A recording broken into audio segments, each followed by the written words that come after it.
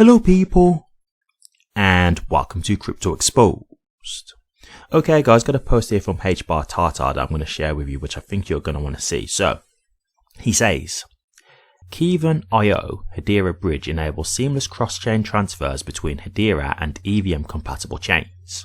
Once live, it will support both native and non-native tokens, automated swaps, liquidity vaults, and event-driven relaying, plus Kiva non-fungible invoices on HTS.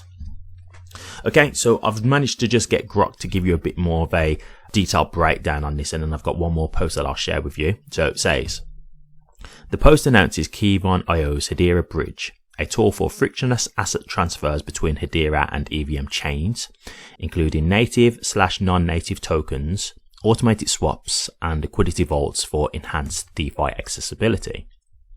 It features Kevin non-fungible invoices, in brackets KVNI, as HTS-based NFTs that tokenize bridge transactions as depicted in the image, showing the first 0.5 ETH to 950 USDC transfer, with verifiable details like serial numbers and timestamps.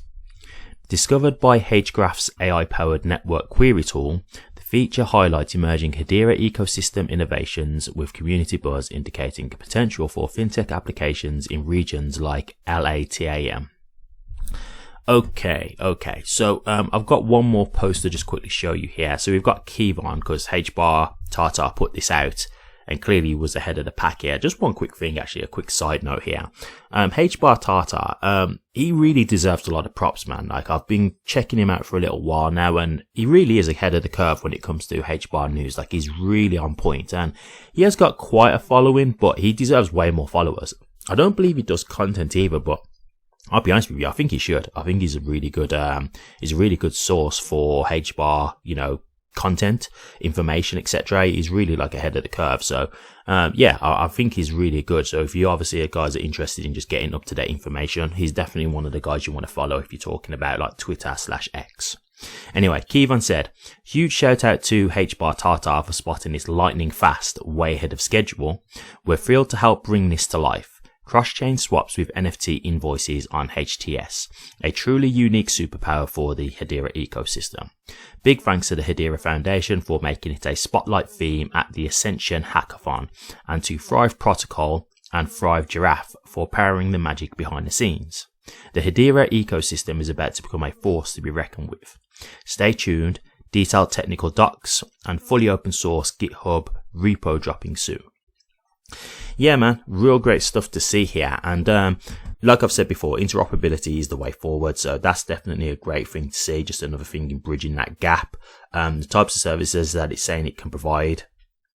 Obviously, that's a huge positive when we're talking about crypto, because when we're talking about mass adoption, you are going to want to be able to interoperate with other networks and things like that. That's just, it's going to be a given if we're talking about mass adoption, because it's not just going to be Hedera here at the end and all the other networks fail and the only, network left is Hedera and everybody's using Hedera. That's not going to happen. So the best thing to happen is unity, is being able to interoperate with these different networks. So different people can still use the networks, whether they know it or not, through the interoperability of these chains. And so the other thing I just wanted to get into here that I thought was pretty cool here is the non-fungible invoices. To me, I think that's actually quite a big thing that we're talking about here. So this is when we talk about a lot of things going on chain, right? And so for businesses, I think this is going to be one of those things where this is the kind of stuff where we talk about now, rather than doing it the old school way, the way we do invoices right now, it's turning it all digital, right? So let's just go with an example here. I, for example, get my car done by, a garage, right? And obviously this garage will give me a paper invoice. Now that's cool, but a bit old school at this point now, right?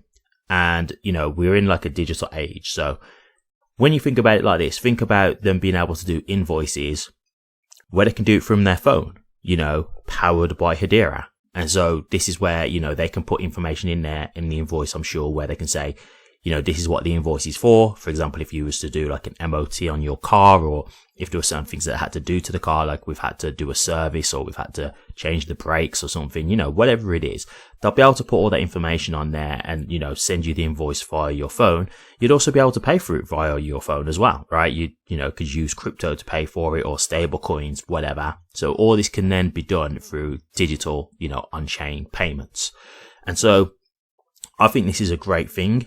Another thing that I will say from just like a payments perspective, like, tax, for example, is a lot more transparent. Now, I'm sure there's going to be some people who don't like the sound of that. For me, I'm someone who says, look, you should pay your taxes. So I'm not here to tell you what you want to do, but I'm just saying it is the law. So you should be paying your taxes. But yeah, like at the end of the day, if you've got all your things on chain, it's immutable, right? So, when you're doing your, tax returns, for example, like it can't be denied. Like you'll have the invoices there on the hash graph to show, like these are my, my non-fungible invoices. Like here you can see everything that I've done for the year, and you can show the invoices all there to prove all the work that you've done. So again, like from a transparency aspect, that's where, it will avoid a lot of these mishaps that can happen, right? Because if, for example, you do all your work via paper, let's just say you was to just lose an invoice, for example, or, you accidentally, had an invoice that got destroyed because you dropped some coffee on it, or the dog ate it, whatever, right?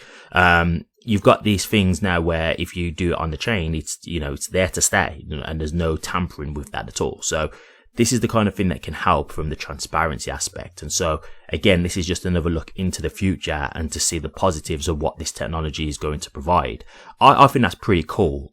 Overall, I think this is a big thing. I think this is going to help, definitely.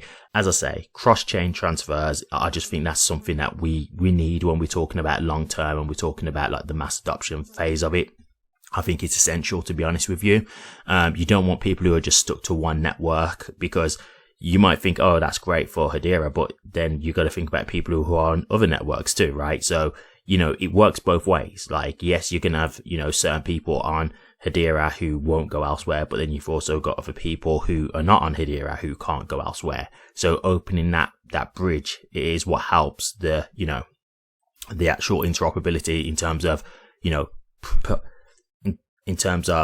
like potentially further adoption, right? Because it could be a thing where, let's just say they were to be aware that I was going over to Hedera, and they use the Hedera network, and you might be like, oh, this is a cool network. Like, I like this network. This is actually better than whatever network I'm currently on. Maybe I'll try going over to Hedera in the future instead. You never know, right? But even for the ones where it's just happening behind the scenes, it's making it more accessible. And again, that's what you want. You don't want hindrances when you're talking about mass adoption. It's not going to be a thing where, if you hold Cardano, okay, too bad, you can't now use Hedera. They're going to want it to interoperate regardless, because the people who just want these things done, when you're talking from a mass adoption scale, they don't care how it works. They just want it to work, right? Like when you think about a car, you don't understand exactly how a car works. That's why, you have to go to a garage to get a mechanic to look at it, right?